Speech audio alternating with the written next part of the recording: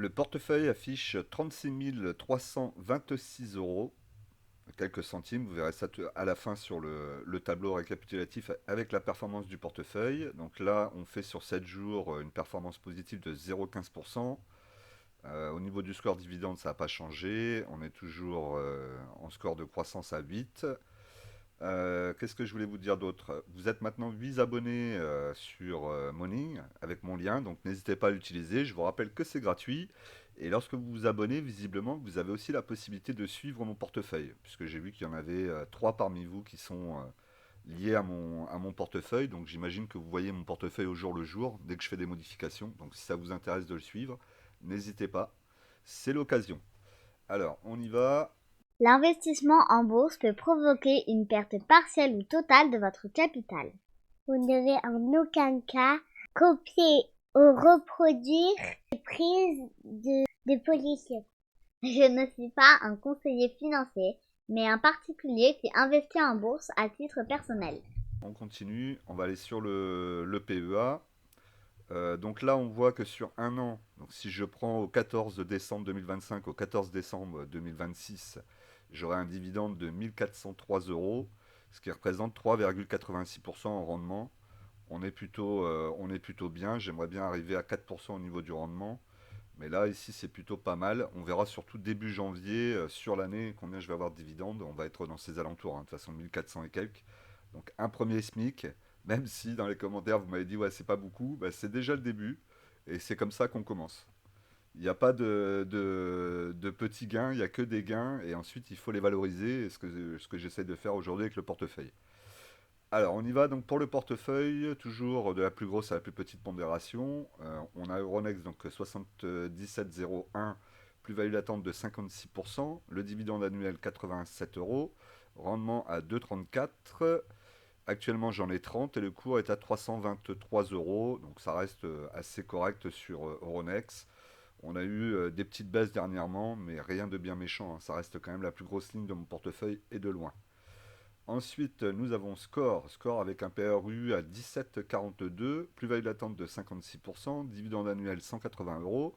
Le rendement est de 6,56%. J'ai 100 actions au portefeuille et le cours est à 27,12. Donc on reste dans les zones admissibles pour Score. C'est pas non plus une super performance.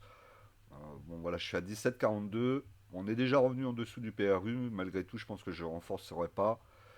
Le dossier est suffisamment gros, la ligne représente 2700 euros à l'heure actuelle. Je pense que ça suffit, le dividende est intéressant. Celle-là, elle a plutôt tendance à descendre et progressivement à aller dans les 8-9 actions. Ensuite, on a GTT, donc GTT 126 euros en PRU. Le plus-value latente est de 27%, dividende de 120 euros annuel, ce qui est pas mal. 5,01% en rendement. J'ai 15 actions, le cours est à 160 euros actuellement.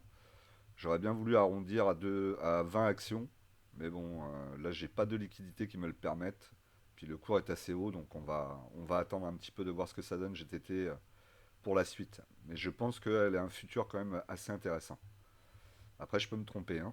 Vinci, PRU 92,72, plus-value attente de 29%, dividende annuel 95%, 95 euros, pardon. Le rendement est de 3,97%. J'ai 20 actions et le cours est actuellement à 119 euros. Donc là, on est plutôt bien sur Vinci, société qui est plutôt intéressante pour les dividendes. On garde comme ça et on renforcera quand ça reviendra en dessous des 100 euros, voire en dessous des 90, ça serait encore mieux. Alors pas pour des événements négatifs, hein, peut-être plus pour un crack global du marché, et là on en profite. Schneider Electric, PRU à 185 euros, plus-value attente de 27%, le dividende annuel 39 euros, rendement 1,65. Donc là, sur l'année, on a moins 1, en tout cas si on prend aujourd'hui sur une année en arrière. J'ai 10 actions, le cours est à 235 euros. Les nouvelles sont encore bonnes pour Schneider, hein, notamment au niveau des data centers, je vous en ai déjà parlé. Il aurait peut-être fallu renforcer, mais bon, là, ça va pas être la priorité. Pourtant, Schneider mériterait d'être un tout petit peu plus haut dans le tableau, hein. Pour être dans le top 5 du portefeuille, je pense que ça serait pas mal. Voilà, on en est loin. Ensuite, Danone. Danone PRU à 51,92, plus-value attente de 47%, le dividende annuel 64,50 €, rendement 2,85, plus 20% sur une année. J'ai 30 actions, 76,10. Bon, franchement, je vous le dis à chaque fois, hein, Danone, elle m'a plutôt surprise. Je ne m'attendais pas à avoir de la performance forcément sur Danone, plus avoir du dividende. Bah, là, j'ai performance et dividende, donc c'est très bien. Est-ce que c'est un objectif de retravailler Danone? Non. Je pense qu'elle reste comme ça, et puis on verra le jour où j'aurai trop de liquidités que je sais pas quoi en faire, et je pense que ça va pas arriver demain pour renforcer, mais sinon, il n'y a pas forcément de raison. On est à 2283 euros sur la ligne. Au-delà de 2000 euros, je pense que c'est pas mal sur Danone. Après, on verra comment le portefeuille va évoluer, hein. Dans une dizaine d'années, ça sera peut-être différent. Ensuite, Total Energy PRU à 40,26, plus-value attente de 38%, dividende annuel 136 euros, le rendement est de 6,11%, 40 actions, le cours est à 55,59. Pour le moment, tout va bien sur Total, mais attention, hein, il va y avoir quand même un moment où la transition se fera. Alors là, oui, on est protégé plus ou moins, entre guillemets, avec Trump, hein, qui freine tous les projets actuellement en innovation, tout ce qui est innovation pour l'énergie renouvelable. Donc forcément, aujourd'hui, ça va. Mais il va forcément y avoir dans une dizaine d'années, la problématique sera plus importante et ils seront obligés peut-être d'accélérer encore plus vite la transition. Donc malgré tout, je pense que Total a quand même les moyens, même s'ils devaient changer complètement leur business model et ne plus avoir le carburant tel qu'on l'a aujourd'hui en tant que principale ressource, je pense qu'ils ont la capacité quand même de devenir un leader sur l'énergie renouvelable. Après, est-ce qu'ils auront les mêmes capacités de dividendes et les mêmes revenus, le même chiffre d'affaires? Ça, c'est moins sûr. Ensuite, Ipsos PRU à 37,97, moins-value attente 13%, dividende annuel 111 euros. Le rendement est de 5,69%. Là, actuellement, sur un an, elle est à moins 26 euros, moins 26%, pardon. J'en ai 60. Le cours est à 33 euros, donc on revient tranquillement sur le PRU que j'ai actuellement, et j'ai presque 2000 euros dedans. Sur Ipsos, ce que je vais essayer de faire, bon, ça va être à mon avis sur un peu long terme, mais attendre qu'elle revienne sur des prix, là, revenir sur des prix au-delà de mon PRU, peut-être au niveau des 43 euros, revendre une partie, pas la totalité, hein, puisque je veux quand même garder en portefeuille, et attendre ensuite qu'elle redescende pour en reprendre en dessous de mon PRU.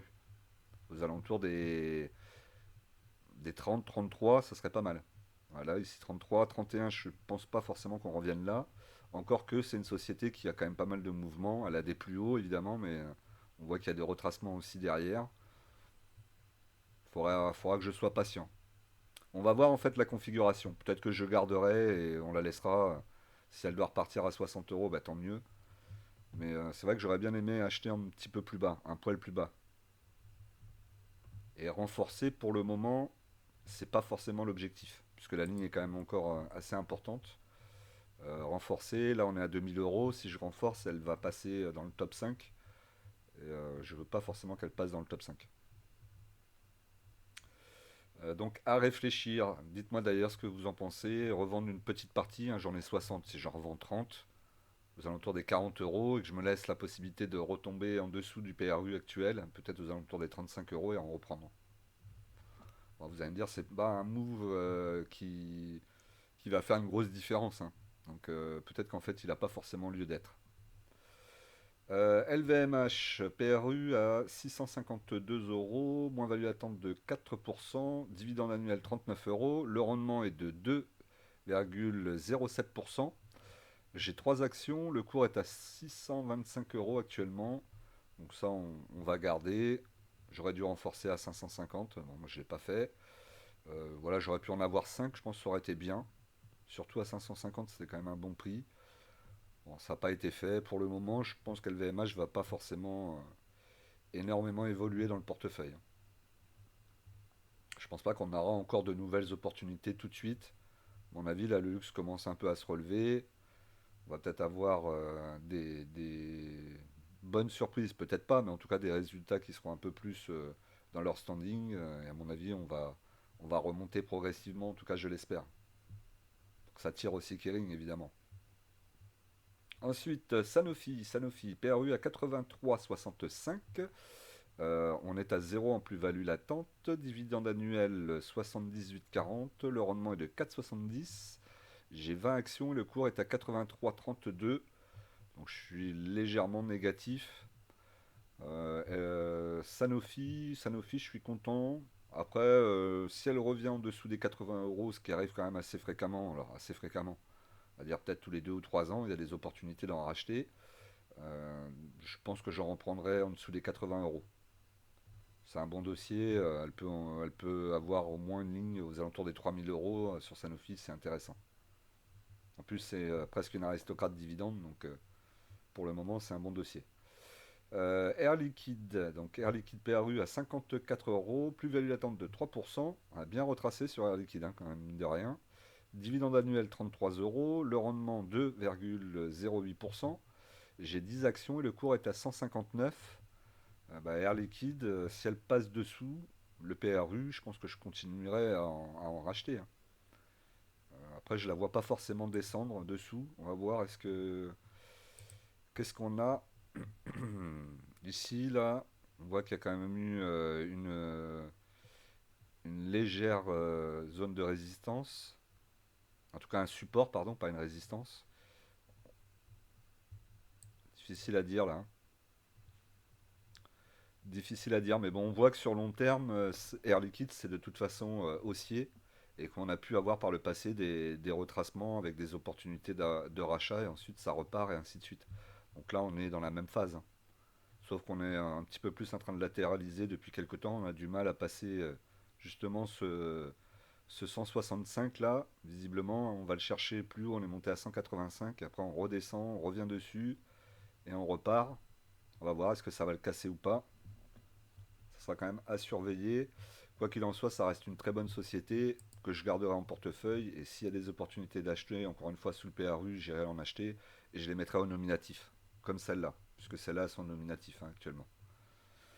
Rubis, PRU à 22,53, plus-value latente de 40%, dividende annuel 102 euros, un rendement à 6,38. J'en ai 50 et le cours est à 31,60. Pour le moment sur Rubis, pas de raison de modifier où on en est. On est plutôt bien. C'est un bon dividende. Je vous l'ai dit, mais j'en ai pas forcément plus entendu parler que ça. Mais en tout cas, il y a des rumeurs de rachat sur Rubis. Il y a des gros actionnaires qui sont rentrés dessus. On va voir ce qui va se passer, hein, mais moi, tant que le dividende est versé, qu'elle n'est pas en négatif, ça me va tout à fait. Kering, PRU à 430 euros, moins value attente de 31%, dividende annuel 26,25, un rendement de 1,81, plus 25% sur un an, ce qui est quand même pas mal. Bon, le nouveau directeur rien qu'avec son nom déjà, fait changer un petit peu l'orientation de Kering. Après, il va falloir quand même que ça se concrétise. 5 actions au portefeuille, 296 euros actuellement. Bon, moi, Kering, de toute façon, c'est l'objectif, c'est de vendre.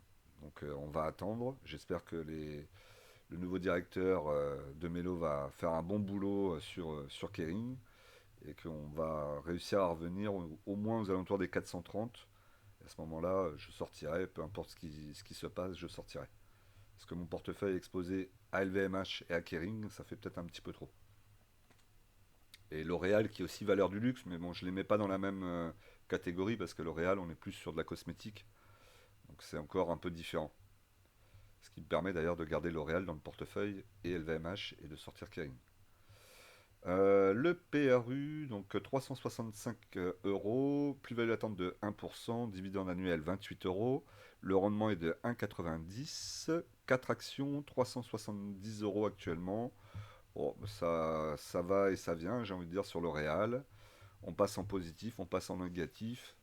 Il faudra que je continue à faire la ligne. De toute façon, on n'a pas terminé la ligne, on est à 1500. L'Oréal, il faudrait qu'elle vienne, pourquoi pas dans le top 5, hein, même, hein.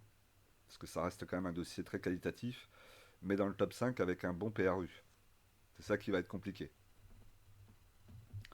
Rémi Cointreau, donc PRU à 65,14, moins-value attente de 43%, dividende annuel 60 euros, le rendement 4,12, j'en ai 40, le cours est à 36,82, donc ça se retourne pas pour le moment pour Rémi Cointreau, c'est plutôt l'inverse même qui se passe, ça continue de chuter. On voit qu'on a une croissance du dividende négatif à moins 5% sur un an, on reste quand même avec un rendement à 4,12 qui est important. Le PER est à 20,68. Pour le 440 qui a un PER aux alentours de 15, c'est quand même un peu plus élevé. Sachant que les perspectives ne sont pas forcément extraordinaires. On a toujours les problèmes de douane. Ouais, on voit que ça continue à chuter hein, quand même, hein. Donc, est-ce que je me pose la question de savoir si Rémi Cointreau va disparaître demain? Pour le moment, la réponse, elle est non. Je ne vois pas Rémi Cointreau disparaître, hein. Je pense qu'ils sont dans une phase très compliquée. Très très très compliquée, puisqu'ils arrivent quand même de très haut, hein. On voit que ça fait longtemps que ça leur était pas arrivé. La situation, ils n'ont pas toutes les cartes en main. Donc c'est aussi ça qui fait que on peut se dire que Rémi Cointreau en eux-mêmes ne sont pas forcément responsables de cette situation. Ils sont plutôt des dommages collatéraux. Donc je peux tenir encore la position, mais c'est quand même assez frustrant de voir que ça baisse comme ça. Peut-être que je vais en racheter un petit peu, mais le problème c'est que là, je suis à 1400. C'est toujours le même problème, c'est 1400. Si j'en rachète maintenant, je vais bien faire baisser le PRU, mais il faudrait que j'en achète au moins 40 pour diviser par deux le PRU. Et du coup, ça me mettrait Rémi Cointreau aux alentours de 3000 euros, sachant que je ne sais pas si elle a fini sa descente, hein. Je ne sais pas ce que vous en pensez, mais ça me paraît un peu risqué. Je pense que le plus sage là dans cette situation, c'est plutôt de garder la ligne, d'attendre, de voir ce qui va se passer. Est-ce que ça va reprendre des couleurs à un moment ou à un autre, c'est sûr. Les douanes, elles ne seront pas éternelles. Il y a un moment ou un autre, on trouvera une situation. Et ça repartira, et je pense que je pourrais sortir. Pardon. Et je pense que je pourrais sortir en positif. Mais, euh, mais pendant ce temps-là, il faut la garder. Espérons que le dividende continue. Voilà. On va dire que ce que je mise, c'est que ce que j'espère surtout, c'est que le dividende continue à être versé, comme ça je peux tenir ma ligne. J'ai toujours un dividende sur Rémi Cointreau et que petit à petit, les choses reviennent. À la normale, peut-être pas, mais en tout cas qu'elles reviennent. Saint-Gobain, donc PRU à 81,82, plus-value latente de 5%, dividende annuel 33 euros, le rendement est de 2,55. Sur un an, elle a fait moins 1, j'ai 15 actions et le cours est à 86,30. Bah, pour le moment, Saint-Gobain, c'est plutôt bien. J'étais un petit peu déçu d'avoir acheté au-dessus des 80. Bon, malgré tout, on voit qu'elle repart bien. Je pense qu'on peut repartir aux alentours des 100 euros hein, sur Saint-Gobain. À mon avis, elle peut aller, de nouveau aller les chercher. Elle a fait des plus hauts à 102, 103. Donc c'est plutôt positif. Sachant qu'en plus, le marché de la construction est quand même sacrément ralenti, en tout cas sur la France. Ça va forcément, quand ça va repartir, ça va donner encore davantage de chiffre d'affaires à tout ce que possède Saint-Gobain lié au bâtiment, et il y en a beaucoup, beaucoup, beaucoup. Donc ça peut vraiment avoir un impact significatif. Donc je pense que là, on va revenir dans une bonne situation sur Saint-Gobain, et à mon avis, les 100 euros, ou au-delà des 100 euros, peuvent être repris alors après l'élection présidentielle. Voilà. Là, je pense que là, ça sera vraiment la bascule qui va se faire avec la nouvelle présidence, et peut-être relancer l'immobilier. De quelle façon, je ne sais pas, mais ils relanceront l'immobilier et ils vont refaire encore davantage de chiffre d'affaires, et ça va être assez intéressant. En tout cas, je le souhaite. Dans tous les cas, vous voyez que j'essaye maintenant. Alors, j'essaye maintenant. J'oriente un petit peu le portefeuille avec d'autres actions à fort dividende, mais pas que, aussi en cherchant des actions qui sont des leaders sur leur marché. Donc Saint-Gobain, sur la verrerie, ils sont ultra leaders.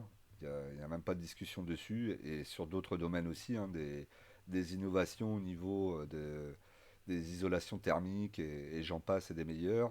Et sans doute des choses que je ne connais même pas qu'ils doivent faire aussi. Donc en ça, ça me laisse quand même positif sur le fait qu'ils sont quand même le leader dans tout ce qui est verrerie. et que du coup ils disparaîtront pas du jour au lendemain et que c'est une grosse société. FDJ, c'est pareil, j'ai rentré FDJ récemment parce que ils ont l'avantage concurrentiel de la Française des Jeux et donc ils n'ont pas de concurrents.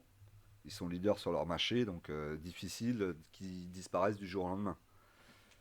Et même s'il y a un petit ralentissement du chiffre d'affaires, ils arriveront toujours à trouver des solutions et ils ne seront pas de toute façon concurrencés par d'autres acteurs sur le marché.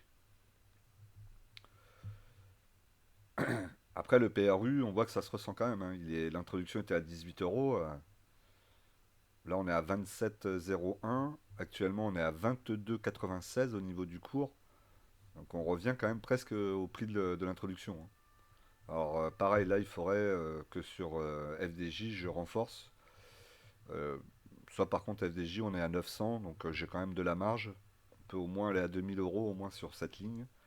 Reste plus qu'à essayer d'acheter de façon intelligente pour être pas trop élevé sur le PRU. Et voilà, l'objectif c'est de se rapprocher des 18 euros. Donc là, 22,96. Vous allez voir que j'ai un petit peu de liquidité, donc peut-être que je vais en racheter déjà dans un premier temps une dizaine, histoire de continuer avec un PRU qui est un peu, moins un cours qui est plus bas que mon PRU et faire baisser légèrement le PRU, parce que là ça va pas avoir un impact énorme dessus, mais ça va quand même le faire baisser un peu, et progressivement continuer la ligne comme ça si on continue à redescendre. Après, je suis pas sûr que là ici on n'a pas la ligne de projection, donc du coup c'est difficile de me rendre compte. On est légèrement dessous. On va peut-être continuer à descendre un petit peu, hein. Ici, c'est. Ah oui, il y a eu une baisse après l'introduction. Donc l'introduction s'est fait à 18,18. On a une baisse à 17. Ensuite, on a une autre baisse à 15,94. Et ensuite, ça a été la montée verticale jusqu'au 42 euros. Bon, là, il y avait une grosse hype dessus à ce moment-là, hein. Donc, ouais, c'est bien, hein. Là, c'est bien, hein, d'acheter aux alentours des 22. On est quand même assez proche on est quand même assez proche du plus bas. Le plus bas est à 15 euros. Est-ce qu'elle va redescendre à 15 euros? Je crois pas. Même en dessous de son cours d'introduction, je pense pas non plus. Donc là, ça me paraît être une zone intéressante. Donc fort possible que dès lundi, là, j'en achète une dizaine. Au moins une dizaine déjà. Et imaginons que le cours baisse encore un poil. Ça ne sera que mieux. Et en plus, on a un bon dividende avec un bon rendement. Donc là, on va peut-être passer les 100 euros de dividendes avec FDJ si j'en rachète une dizaine. Ensuite, Pernod Ricard. Donc Pernod Ricard PRU à 142 euros, moins-value attente de 46%, dividende annuel 47 euros, le rendement 6,23, j'en ai 10, le cours est à 76,20. Pernod Ricard, on va la laisser comme ça, on va pas s'en occuper. Maintenant, elle commence à représenter plus grand-chose dans le portefeuille, hein. Moins de 800 euros. Bon, la moins-value latente est quand même dommage. Il y a toujours le dividende. On a quand même un rendement à plus de 6%, hein, c'est quand même intéressant. Je vous l'ai dit, le portefeuille est beaucoup plus diversifié que Rémi Cointreau. Donc là, si ça continue à baisser, on verra pour en racheter peut-être une dizaine et vraiment avoir un impact fort sur le PRU. Sachant que là, j'ai pas trop de liquidité, on va la garder en portefeuille comme ça et on va pas s'en occuper pour le moment. Ce serait plus important d'essayer de sortir de Rémi Cointreau là que Pernod Ricard. Euh, Amundi, donc Amundi nouvellement rentré aussi, PRU à 62,23, moins-value attente de 8%, dividende 42,50, rendement 6,34, 10 actions en portefeuille, le cours à 66,95. Bon là on est bien sur Amundi, mais je m'attends quand même à un moment ou à un autre repasser sous le PRU. Vous voyez qu'au niveau du rendement 6,34, le PER est à 8,22, la croissance sur 5 ans, donc c'est 7% par an. C'est plutôt tout à fait correct. Une société qui me met sur une filiale bancaire, puisque Amundi appartient au Crédit Agricole, et sans être forcément investi sur le Crédit Agricole. On voit que là, il y a eu quelques petites touches au niveau du cours où j'ai acheté, donc aux alentours des 62. Donc c'est peut-être une petite latéralisation avant de pouvoir reprendre et de repartir. Mais je m'attends quand même à un moment ou à un autre à ce qu'on repasse sous le PRU et que j'ai des opportunités d'en acheter. Voilà, aux alentours des 55-56. Et auquel cas j'en rachèterai, puisque là c'est vraiment le début de la ligne. On a encore, on a encore la possibilité de la faire grossir cette ligne en essayant d'acheter à la baisse. Ubisoft, donc Ubisoft PRU 19,46, moins value attente de 67%, pardon, pas de dividende, pas de rendement, sans action 6,34. Bon, on bloque sur les 6. J'ai pas grand chose à dire sur Ubisoft, hein, si ce n'est n'y allez pas, vous mettez pas dans cette galère, moi j'y suis. J'essaie de trouver une solution pour sortir en rachetant et en essayant de faire baisser le PRU. Malheureusement pour moi, bah, elle continue à baisser. Je me suis fait allumer sur les commentaires. Alors, allumer, je pense qu'il n'a pas dit méchamment. Tu me confirmeras si tu regardes la vidéo. Par rapport à Ubisoft, en me disant que, comme je disais, qu'ils avaient toujours du retard sur les jeux, c'était pas normal. Mais lui me dit que c'est plutôt classique dans les jeux vidéo, dans le secteur du jeu vidéo, d'avoir du retard.